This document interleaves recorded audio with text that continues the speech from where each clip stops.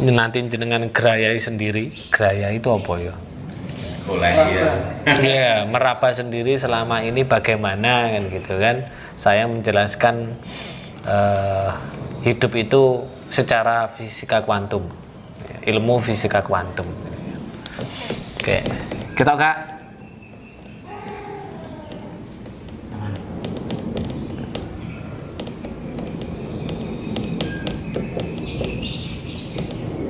Kita ya. Iki wis mbok klik kok gurung tuh. Wis. Terus aku ngomong ketok. Oke, sama Bapak siapa?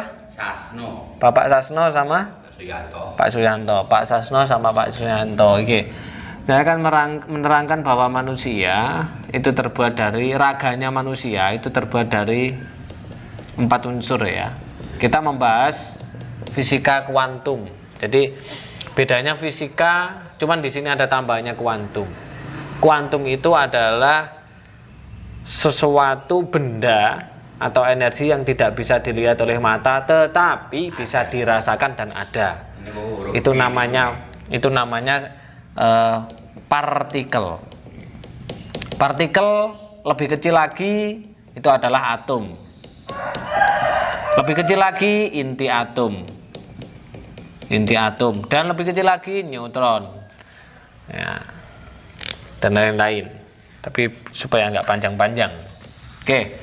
Seperti yang jenengan lihat di video channel itu, raga manusia terbuat dari pertama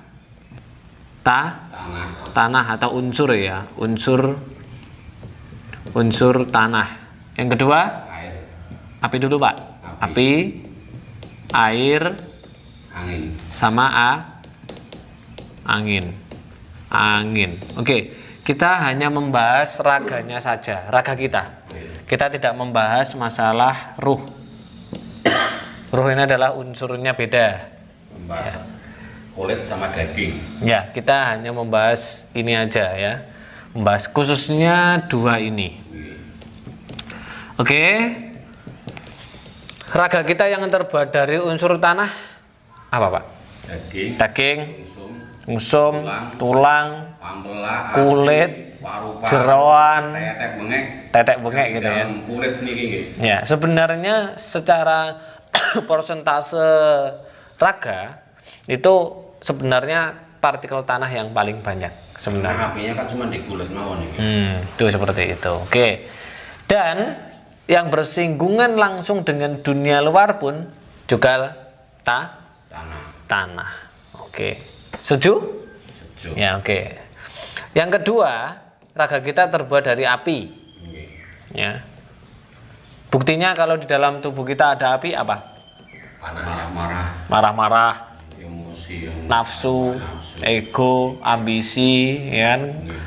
Nyatanya ketika jenengan bertengkar dengan anak, dengan istri, wais langsung umum, ya kan? Diceplok endok, trak, kena dipaem kan gitu kan. Itu membuktikan bahwa tubuh kita terbuat dari api. Oke, air. Tubuh kita terbuat dari air. Sel darah merah, sel darah putih, kelenjar, hormon, ya, dan lain-lain. Kalau angin, nafas O2 dan CO2, O2 dan CO2. Ini seperti itu. Oke, sekarang kita membahas 2 ini aja. Ya, tanah dan api. Sifatnya tanah bagaimana? Lemah lembut. Baik. Dikepui, diejek-ejek, diinjek-injek, balas enggak? Menerima, sabar, semuanya. Apa lagi? Kaya, nerima. Bayarannya. Oke, intinya adalah baik atau kebaikan. Oke. Cuman di sini kalau orang mau berbuat baik atau kebaikan, otomatis juga akan menjadi kaya. Kenapa? Karena sifatnya tanah, ternyata di dalam tanah itu semuanya kebanyakan dari tanah. Batu bata kita buat dari tanah. Batu buat semen juga dari tanah. Pasir juga bagian dari tanah. mulai dari unsur biji besi dari tanah, di dalam tanah, emas, semuanya kandung tanah. Jadi ini sudah rangkaian hukum alam bahwa orang baik itu pasti menjadi kaya. Karena apa? Serba kemudahan. Karena apa? Karena baik itu unsurnya adalah partikel tanah. Kenapa kok partikel tanah? Karena ini ternyata uang kertas, ya ini uang kertas terbuat dari kayu dari pohon dulu, pohon dari nah ternyata sama, ini juga partikel, unsur partikel. Nah, jadi sangat mudah sekali sebenarnya. Kalau kepengen didatangi uang, hidup kita didatangi uang, ya udah kita harus menyamakan unsur tanahnya uang dengan unsur tanahnya kita. Mau datang dia. Jadi ini sudah rumus, sudah rumus semesta bahwa kita ketika mau baik pasti kita jadi kaya.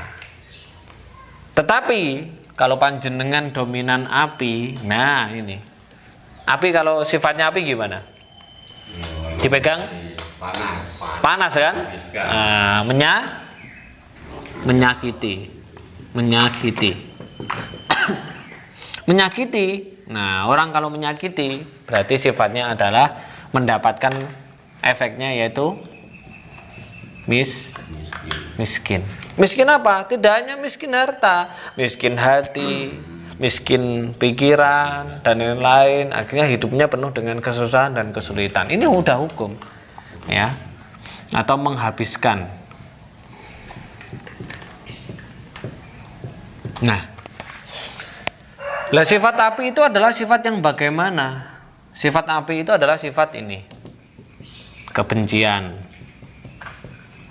iri, dendam, iya, iri, dengki, yang buruk-buruk, iya, dengki, marah, ego, apalagi, ya, benar sendiri.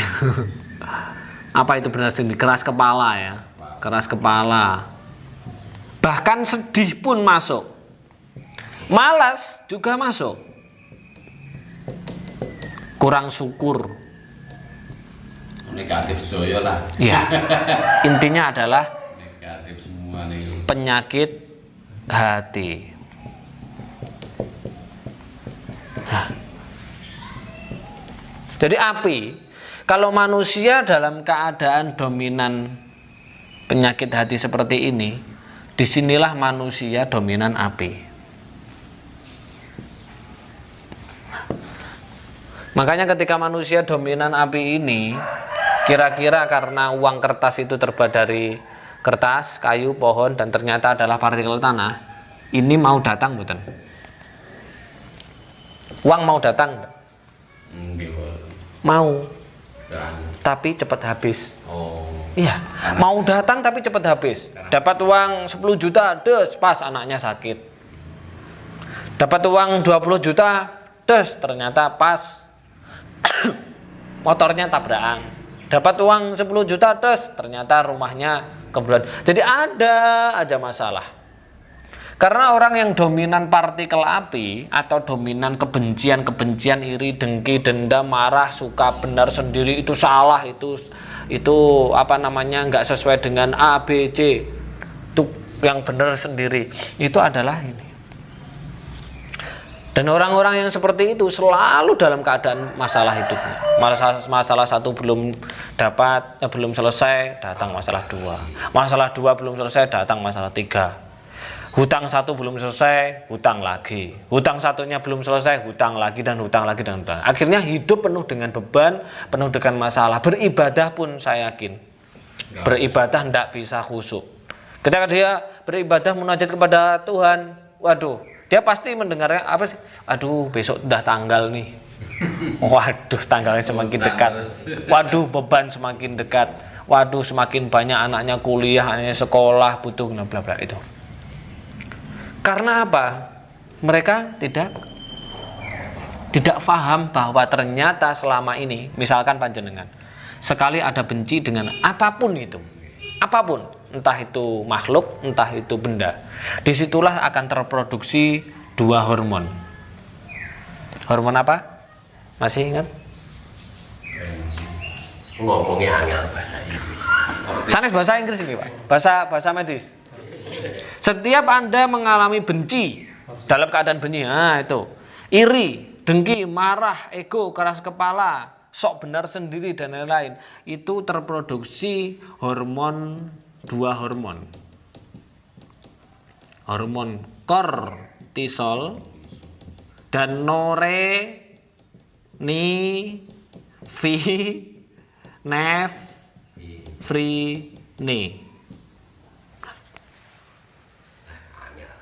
Inilah yang tidak dipahami manusia-manusia yang hidup nggak mau belajar. Setiap Anda marah, setiap Anda sedih, setiap Anda nggak mau bersyukur, setiap Anda iri, setiap Anda dengki, di situ hormon ini terproduksi. Bayangkan, jenengan sekarang umur berapa? 50 tahun. Biasanya anak kecil mulai marah umur berapa? 2 tahun sudah bisa marah kan? 50 dikurangi 2 sama dengan 48 Anda jenengan dalam diselimuti hormon negatif. Nah, hormon ini bertempat di mana? Bertempat di antara otak kanan dan otak kiri. Di tengah-tengah sini ada namanya gland pineal. Gland pineal itu adalah yang menentukan ini. FQ. FQ adalah kecerdasan finansial. Ini yang membuat. Kalau panjenengan hormon kortisol ini 48 tahun ada di panjenengan, hidup penuh dengan seperti ini, ya mungkin egonya tinggi atau sedih atau malas dan lain-lain, mendatangkan masalah. Makanya uang nggak betah di rekening kita. Datang serai, alhamdulillah entuk. Ternyata bojone laporan, "Des, belum datang masalah udah."